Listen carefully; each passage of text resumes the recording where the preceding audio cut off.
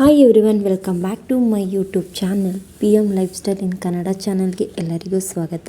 ಇವತ್ತು ನಾವು ಹೋಗ್ತಾ ಇರೋ ಪ್ಲೇಸ್ ಬಂದು ಗುಂಜನರಸಿಂಹ ಸ್ವಾಮಿ ದೇವಸ್ಥಾನ.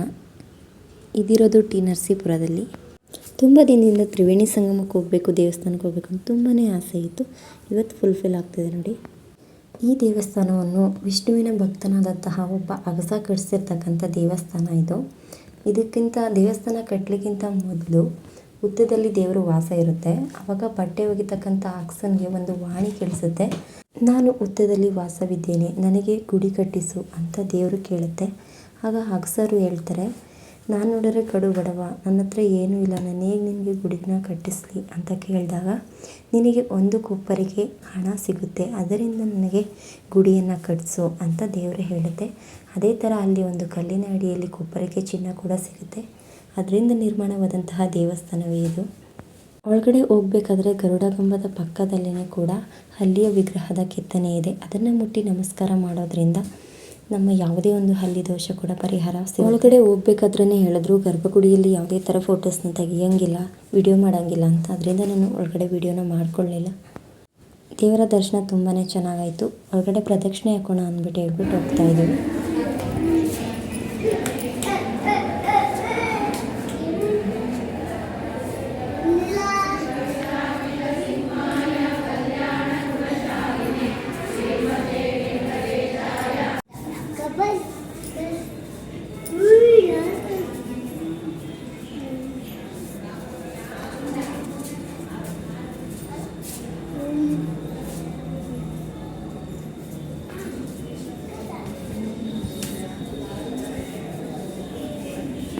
ಇವತ್ತು ಹೊಸ ವರ್ಷ ಇರೋದ್ರಿಂದ ತುಂಬಾ ಜನ ಸೇರಿದ್ರು ಸ್ನೇಹಿತರೆ. ನೋಡ್ಬೋದು ಹೊರಗಡೆಯಿಂದ ದೇವಸ್ಥಾನ ಎಷ್ಟು ಚೆನ್ನಾಗಿ ಕಾಣಿಸುತ್ತೆ ಅಂತ. ಹಾಗೆ ತ್ರಿವೇಣಿ ಸಂಗಮ ನೋಡೋಣ ಅಂದ್ಬಿಟ್ಟು ಹೋಗ್ತಾ ಇದ್ವಿ. ಹಾಗೆ ಇಲ್ಲಿ ಮಹಾಗಣಪತಿ ಮತ್ತು ಆಂಜನೇಯ ಸ್ವಾಮಿ ದೇವಸ್ಥಾನ ಕೂಡ ಇದೆ. ಕಾವೇರಿ ಕಪಿಲ ಸ್ಫಟಿಕ ಸರೋವರವನ್ನು ತ್ರಿವೇಣಿ ಸಂಗಮ ಅಂತ ಕೂಡ ಕರೀತಾರೆ. ಇಂಥ ಪುಣ್ಯ ಸ್ಥಳದಲ್ಲಿ ಬಂದು ಸ್ನಾನ ಮಾಡಿದರೆ ನಮ್ಮ ಯಾವುದೇ ಒಂದು ದೋಷ ಏನೇ ಇದ್ರೂ ಕೂಡ ಪರಿಹಾರ ಆಗುತ್ತೆ. ಕಾಶಿಗಿಂತಲೂ ಒಂದು ಗುಲಗಂಜಿಯಷ್ಟು ಪುಣ್ಯ ಕೂಡ ಸಿಗುತ್ತೆ ಅಂತ ಹೇಳ್ತಾರೆ ಸ್ನೇಹಿತರೆ. ಇದನ್ನು ದಕ್ಷಿಣ ಕಾಶಿ ಅಂತಲೂ ಸಹ ಕರೀತಾರೆ. ಕಾಶಿಗಿಂತಲೂ ಪುಣ್ಯ ಸಿಗುವಂಥ ಜಾಗ ಅಂತ ಹೇಳಿದ್ಮೇಲೆ ಇಲ್ಲಿ ಬಂದು ಒಂದು ಬಾರಿಯಾದ ಸ್ನಾನವನ್ನು ಮಾಡೋದ್ರಿಂದ ನಮ್ಮ ಯಾವುದೇ ಒಂದು ಕರ್ಮಫಲ ಏನೇ ಇದ್ರೂ ಕೂಡ ಕಳೆಯುತ್ತೆ ಅಂತ ಹೇಳ್ತಾರೆ. ಹಾಗೆ ನೋಡಿಕೊಂಡು ನಾವು ಬಂದಿದ್ದು ಚೌಡೇಶ್ವರಿ ದೇವಸ್ಥಾನಕ್ಕೆ. ಅಮ್ಮನವ್ರ ದೇವಸ್ಥಾನಕ್ಕೂ ಕೂಡ ಹೋಗಬೇಕು ಅಂತ ಅಂದ್ಕೊಂಡಿದ್ವಿ. ಹಾಗೆ ಹೋಗೋಣ ಅಂದ್ಬಿಟ್ಟು ಬಂದ್ವಿ. ಪೂಜಾ ಸಾಮಗ್ರಿಗಳನ್ನು ತಗೊಂಡು ಅಮ್ಮನ ನೋಡೋಣ ಅಂದ್ಬಿಟ್ಟು ಹೋಗ್ತಾ ಇದ್ವಿ ಸ್ನೇಹಿತರೆ. ಇವತ್ತು ಹೊಸ ವರ್ಷ ಇರೋದ್ರಿಂದ ಇಲ್ಲೂ ಕೂಡ ತುಂಬಾ ಜನ ಸೇರಿದರು. ಪೂಜೆ ಎಲ್ಲ ತುಂಬಾ ಚೆನ್ನಾಗಾಯಿತು. ಹಾಗೆ ಅಮ್ಮನವ್ರನ್ನ ಕೂಡ ನೋಡಿಕೊಂಡು ಮತ್ತೆ ನದಿ ಹತ್ರ ಹೋಗೋಣ ಅಂದ್ಬಿಟ್ಟು ಹೋಗ್ತಾ ಇದ್ವಿ. ಕಾವೇರಿ ಕಪಿಲ ಸ್ಫಟಿಕ ಸರೋವರದ ಸಂಗಮವಾಗುವಂಥ ಸ್ಥಳ ಇದು. ಇಲ್ಲಿ ನಿಂತ್ಕೊಂಡು ನೋಡಿದ್ರೆ ಗುಂಜನರಸಿಂಹಸ್ವಾಮಿ ದೇವಸ್ಥಾನ ಕೂಡ ಕಾಣಿಸುತ್ತೆ ನೋಡಿ ಸ್ನೇಹಿತರೆ.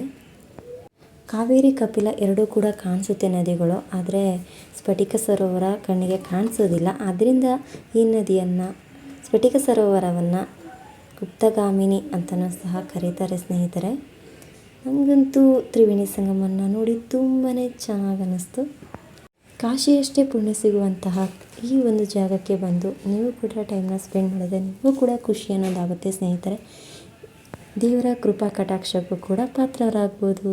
ಹಾಗೆ ಇಲ್ಲಿ ನಾಗರಕಲ್ಲಿನ ದೇವಸ್ಥಾನಗಳು ಕೂಡ ಇದೆ ಅಂತ ಹೇಳ್ತಾ ಇದ್ರು. ಅಲ್ಲಿಗೂ ಕೂಡ ಹೋಗೋಣ ಅಂದ್ಬಿಟ್ಟು ಹೋಗ್ತಾ ಇದ್ವಿ ಸ್ನೇಹಿತರೆ. ನೋಡ್ಬೋದು ಮಧ್ಯದಲ್ಲಿ ಗಣಪತಿ ಕಾಣಿಸ್ತಾ ಇದ್ದಾರೆ ಮತ್ತು ಇಲ್ಲೆಲ್ಲ ನಾಗರಕಲ್ಲುಗಳಿವೆ. ಇಲ್ಲಿಗೂ ಕೂಡ ಕೈಯನ್ನು ಮುಗಿದ್ಬಿಟ್ಟು ಪ್ರದಕ್ಷಿಣೆ ಹಾಕೋಣ ಅಂದ್ಬಿಟ್ಟು ಹೋಗ್ತಾ ಇದ್ವಿ ಸ್ನೇಹಿತರೆ. ಇಲ್ಲಿ ನಮಗೆ ಯಾವುದೇ ಒಂದು ನಾಗದೋಷಗಳಿದ್ರೂ ಕೂಡ ಇಲ್ಲಿ ಪೂಜೆಯನ್ನು ಮಾಡುವ ಮುಖಾಂತರ ಇಲ್ಲಿ ಯಾವುದೇ ಒಂದು ದೋಷ ಇದ್ದರೂ ಕೂಡ ಪೂಜೆಯನ್ನು ಮಾಡಿಸ್ತಾರಂತೆ. ಈ ವಿಡಿಯೋ ಇಷ್ಟ ಆಗಿದ್ರೆ ಲೈಕ್ ಮಾಡಿ, ಶೇರ್ ಮಾಡಿ. PM lifestyle in Kannada ಚಾನಲನ್ನು ಸಬ್ಸ್ಕ್ರೈಬ್ ಮಾಡ್ಕೊಳ್ಳೋದನ್ನ ಮರಿಬೇಡಿ ಸ್ನೇಹಿತರೆ. ಸಿಗೋಣ ಮುಂದಿನ ವಿಡಿಯೋದಲ್ಲಿ.